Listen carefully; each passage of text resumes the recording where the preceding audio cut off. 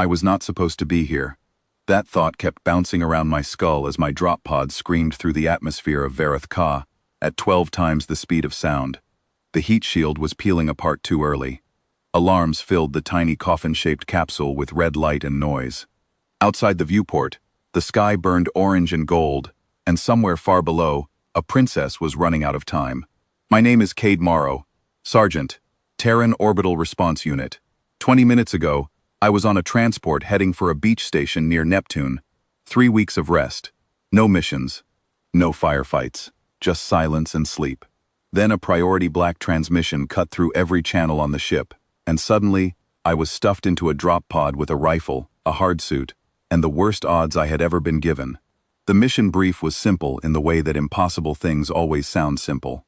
Princess Severa Ulendathi, the last royal daughter of the Endathi Confederacy, was trapped inside a place called the Pale Citadel, on the surface of Vareth Ka. 3 alien armies were closing in on her from every direction. If she fell, the Confederacy would collapse. If the Confederacy collapsed, Earth would lose its only allied vote on the Galactic Security Council.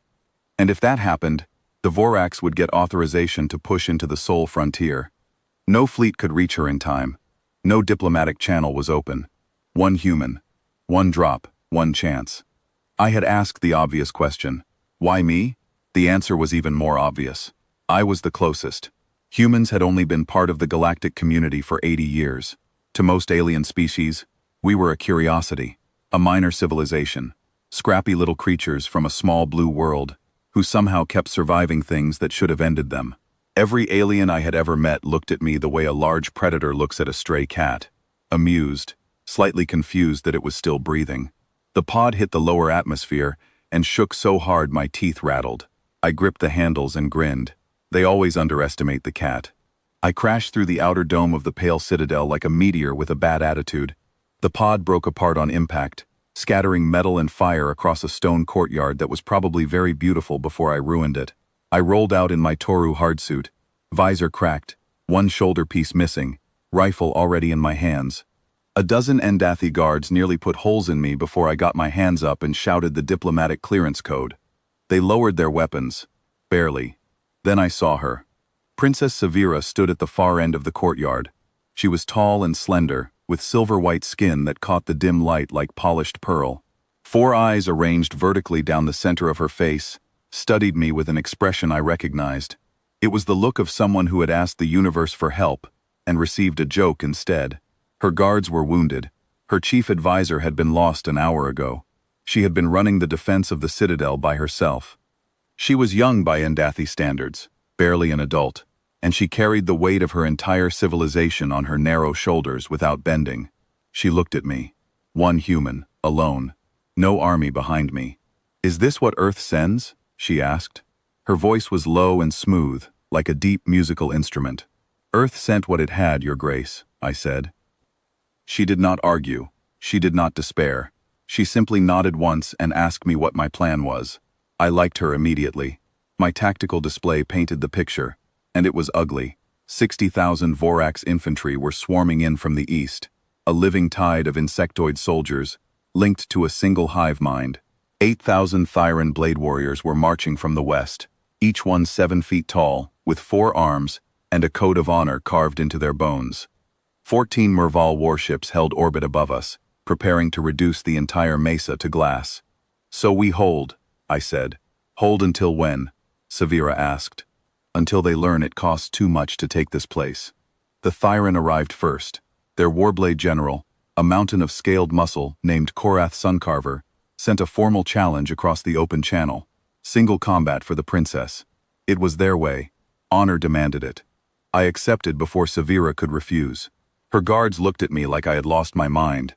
The Thyran were twice my size, 4 arms, trained from birth in blade combat. No alien had ever defeated a Thyran warblade in single combat. Not once in their entire recorded history. I walked out onto the narrow bridge that connected the Citadel to the western mesa. Korath was waiting. He was enormous. His 4 swords caught the dull orange light and gleamed. Behind him, 8,000 warriors stood in ritual silence, watching. He spoke first. "You are small. I get that a lot." He came at me fast. faster than something that big should have been able to move. 4 blades spinning in a pattern designed to overwhelm any defense. Most fighters would try to block. Most fighters would lose.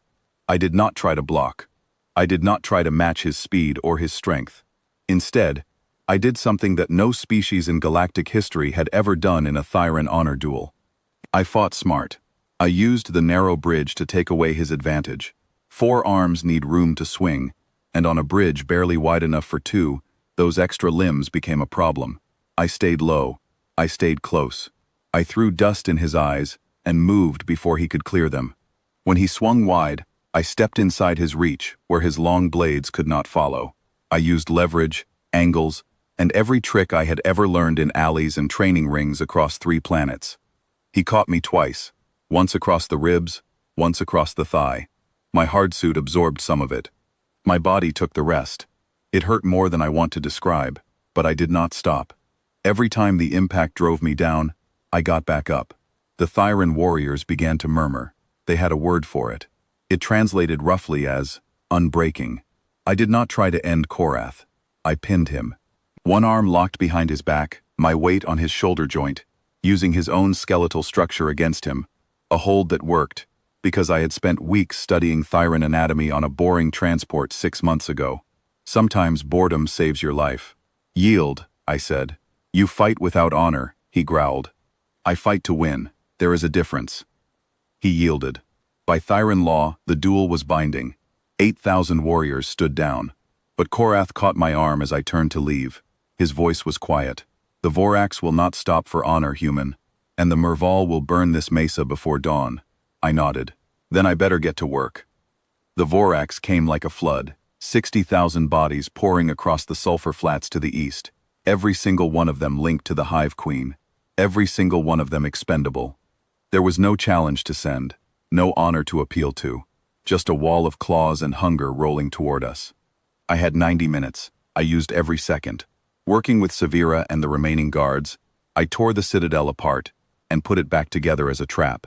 We rerouted the shield generator to create a narrow funnel at the eastern approach, forcing the swarm into a tight bottleneck where their numbers meant nothing. We reprogrammed the ancient atmospheric scrubbers to vent raw sulfur gas at ground level. The gas was corrosive to Vorax exoskeletons, but mostly harmless to Endathi and humans. Mostly. Severa was extraordinary. She knew the Citadel's old systems better than anyone alive, and she guided me through modifications I could never have figured out alone. She was not sitting in a tower waiting to be rescued. She was beside me, sleeves rolled up, solving problems faster than I could name them. We rigged the 3 remaining energy turrets into a single overload pulse. One shot. It would destroy the turrets permanently, but the blast would be enormous. Then the swarm hit. The overload pulse erased the first wave. Thousands gone in a flash of white light. The sulfur venting slowed the second wave, their carapaces cracking and hissing as the gas ate through. But the Hive Queen was smart. She adapted. The third wave came through on the bodies of the fallen, using their own as shields against the gas. They reached the walls. I met them there. I am not going to pretend it was graceful. It was desperate, ugly, and exhausting. I used my rifle until it was empty, my sidearm until it jammed, and after that, I used whatever I could find. The Endathi guards stood with me. They were brave beyond anything I can properly express. Some of them fell, and I carry their names in my memory the way you carry scars. The Vorax pushed into the inner courtyard. For one terrible minute, I thought it was over. Then I played my real card. During the calm before the attack, I had quietly moved my drop pod's emergency fusion cell to the base of the eastern bridge. A small device. Incredibly powerful. I triggered it remotely. The bridge collapsed. The entire eastern approach crumbled and dropped into the sulfur fog below, 200 meters of stone and metal falling into nothing. The swarm was cut off, stranded on the wrong side of a gap that no amount of bodies could cross. The Hive Queen sent one final transmission across the open channel. One human did this? One human, I replied. Bad day to be on the wrong side of a bridge. Silence from the east. 2 armies down. 1 to go, and the last one was in the sky. The Merval did not care about honor or numbers. They were semi-corporeal beings, piloting biomechanical warships, and they wanted the psionic relay node buried beneath the citadel.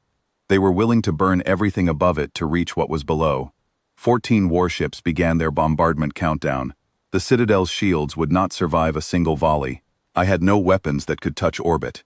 No ship. No reinforcements. I had nothing, except information, and one very dangerous idea. Severa had told me about the relay node during the fighting. It was ancient, built by a civilization that vanished long before any current species drew breath. It connected to a galaxy-spanning network of identical nodes. If activated, it could send a signal to every node simultaneously. "Can you send a message through it?" I had asked her. "A short one. A pulse. A beacon." That was enough. I opened a broadband channel to the Merval fleet. I told their commander that I had activated the relay. I had not. Severa was still working on it. But the Merval did not know that. I told them that if a single warship fired, the relay would broadcast the location and technical details of every psionic node in the galaxy to every species simultaneously. The Merval's greatest strategic advantage, their monopoly on psionic navigation, would vanish overnight. It was a bluff. The biggest bluff any human had ever attempted. The Merval flagship responded, "You would not dare. The destruction would be mutual." I was standing in the ruins of a citadel I was never supposed to reach, bleeding from more places than I could count, surrounded by rubble and silence. I keyed my mic and kept my voice perfectly calm. "I am a human, Commander. Mutual destruction is basically our national anthem." The channel went quiet for a very long time. Then, one by one, the Merval warships pulled back to high orbit. Not gone, but no longer pointing their weapons at us. Dawn came.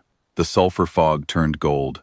The pale citadel was shattered, cracked, barely standing, but it was standing. And so was I. I sat on the broken steps of the courtyard, my hard suit split open, every muscle screaming. Severa sat beside me. Her silver skin was smudged with soot. 2 of her 4 eyes were closed with exhaustion. For a long time, neither of us spoke. Then she asked me why I came alone, why Earth would risk a single soldier for a princess of another species. I was quiet for a while, then I told her about Mars, how I was 6 years old when the colony dome cracked during the riots, how the air was leaving and the walls were coming down, and I was small and alone, and absolutely certain I was going to die, and how a group of Endathi traders, people who had no obligation to help, no treaty that required it, pulled me out of the rubble and carried me to safety. I grew up because of that. I became who I am because of that. Because someone, once, from out there in the dark between the stars, decided that a random human child was worth saving. "You asked what Earth sent," I said. "Earth sent someone who remembers." Severa looked at me with all 4 eyes. She did not say anything for a moment. Then she reached out and placed her hand over mine. It was cool and smooth, and it felt like a promise. 18 hours later, a Terran fast response flotilla dropped out of faster-than-light travel at the edge of the system. Late, but enough. The Vorax retreated. The Theran, bound by the duel, formally withdrew. The Merval negotiated from a much weaker position than they had planned. The Endathi Confederacy held. Earth kept its seat. The galaxy kept turning. I spent 3 weeks in a medical bay, wrapped in enough bandages to furnish a small hospital. A formal inquiry was opened into my unauthorized tactical improvisation. It was quietly closed 14 days later. Galactic Intelligence spent months running simulations of what I did. Every model said it was impossible. Every projection said I should not have survived. They could not understand how one human being had stopped 3 armies. I could have told them the answer, but they would not have believed it. Humans do not run on probabilities. We run on stubbornness, spite, and the absolute refusal to stay down when the universe tells us to quit. General Korath sent me a sword. It had an inscription carved into the blade. Translated, it read, "To the Unbreaking." The Merval filed a formal protest with the Galactic Council, calling humans a destabilizing element of irrational persistence. Earth's ambassador responded with 2 words, "You are welcome." And Severa sent me a private message, 3 words in Endathi that I had to get translated, because I still cannot speak her language to save my life, which is ironic, considering. The translation read, "I remember too. I keep that message on my datapad. I read it on the hard days. And I smile, because somewhere out there, a princess is safe, a citadel is being rebuilt, and the galaxy is just a little bit afraid of the small, stubborn species from the small blue world, as it should be.